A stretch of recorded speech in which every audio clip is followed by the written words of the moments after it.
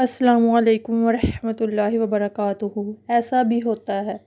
چند سال پہلے قریبی دوست جو کہ اپنے والدین کا اکلوتا لڑکا ہے کے پاس ایک متعلقہ لڑکی کا نکاح کے لیے رشتہ پہنچا، جبکہ دوست ابھی تک کنوارا تھا۔ رشتے جن کے تعلق سے دوست نے اپنے والد صاحب سے جب بات کی تو وہ پہلے کافی دیر خاموش رہے۔ ظاہر سی بات ہے کہ اپنے اکلوتے بیٹے کی شادی کے تعلق سے ان کے دل میں بھی کئی ارمان رہے ہوں گے۔ کافی دیر خاموشی کے بعد انہوں نے کہا کہ کیا واقعی تم یہ نکاح کرنا چاہتے ہو؟ دوست نے اثبات میں جواب دیا۔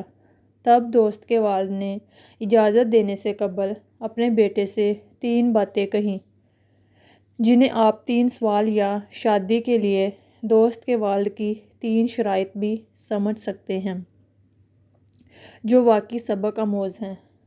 پہلی، اس لڑکی کے طلاق شدہ ہونے سے تمہیں کوئی مسئلہ تو نہیں ہوگا؟ دوست: نہیں۔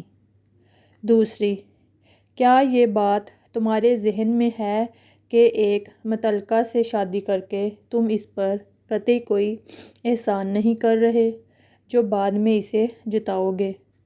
دوست: جی۔